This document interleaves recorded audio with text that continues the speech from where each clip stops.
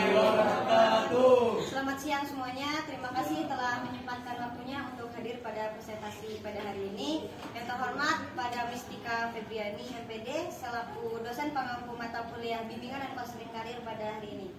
Perkenalkan, kami dari kelompok 6 dengan saya Dea Ayu Puspitasari NPM 2111080019 sebagai moderator, dan rekan-rekan saya yakni ada 2 orang. Yang pertama ada Ahmad Farizal dan yang kedua ada Rifki Wardana Nasution. Baik, langsung saja. Pada kesempatan siang hari ini kami berkesempatan untuk mempresentasikan materi yang berjudul Teori Pemilihan Karir dari Anero tahun 1904 sampai 1991 dan Teori Perkembangan Karir dari Donald S. Super 1910 sampai 1994. Baik, langsung saja kepada rekan-rekan saya yang akan menyampaikan materi, dipersilakan. A. Perkembangan teori karir periode pertengahan Annie Roy. Annie Roy 1956 menekankan bahwa pengalaman pada awal masa kanak-kanak memainkan peranan penting dalam pencapaian kepuasan dalam bidang yang dipilih seseorang. Penelitiannya menginvestigasi bagaimana gaya asuh orang tua, parental stylist, mempengaruhi hierarki kebutuhan anak dan bagaimana hubungan antara kebutuhan ini dengan gaya hidup masa dewasanya. Roy 1956 mengklasifikasikan okupasi ke dalam 2 kategori utama, yaitu person oriented dan non person oriented. Contoh okupasi yang person oriented adalah 1. Jasa, 2. Kontak bisnis, kontak dari orang ke orang terutama dalam penjualan, 3.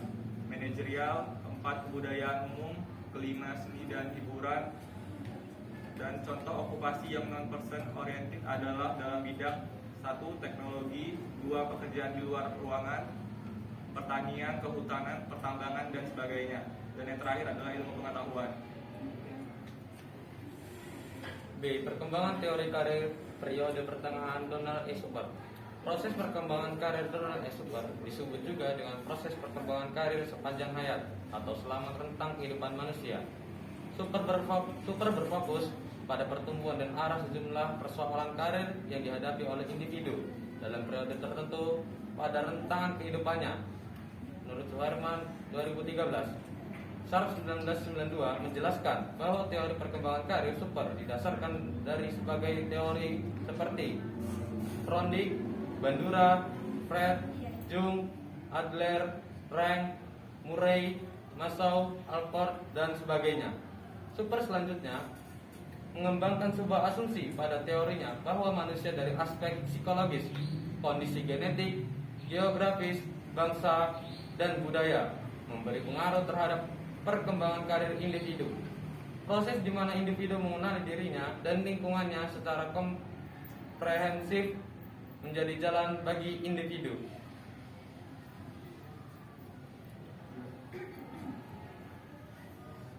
Baik, itulah materi yang dapat kami sampaikan mengenai teori perkembangan karir periode pertengahan. Sebelum saya tutup, izinkan saya untuk menyampaikan kesimpulan pada materi hari ini. Kesimpulannya adalah peranan orang tua terhadap karir anak sangat besar pengaruhnya menurut Anero. Anero menekankan bahwa pengalaman pada masa kanak-kanak memainkan peranan penting dalam pencapaian kepuasan dalam bidang yang dipilih seseorang. Penelitiannya menginvestigasi bagaimana gaya asuh orang tua mempengaruhi hierarki kebutuhan anak dan bagaimana hubungan antara kebutuhan ini dengan gaya hidup masa dewasanya.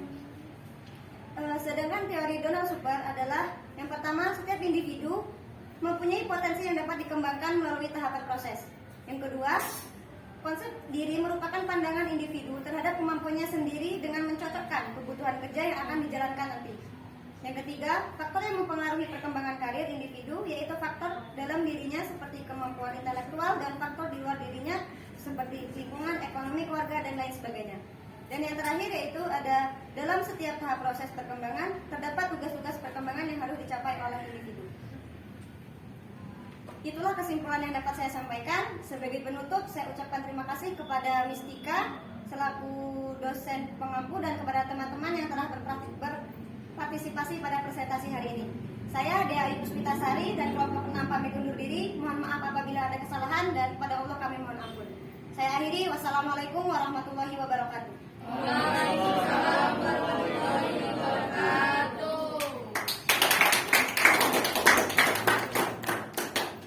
Dan untuk sesi diskusi atau yang ingin menyanggah dan bertanya, kita lanjutkan di YouTube. Terima kasih.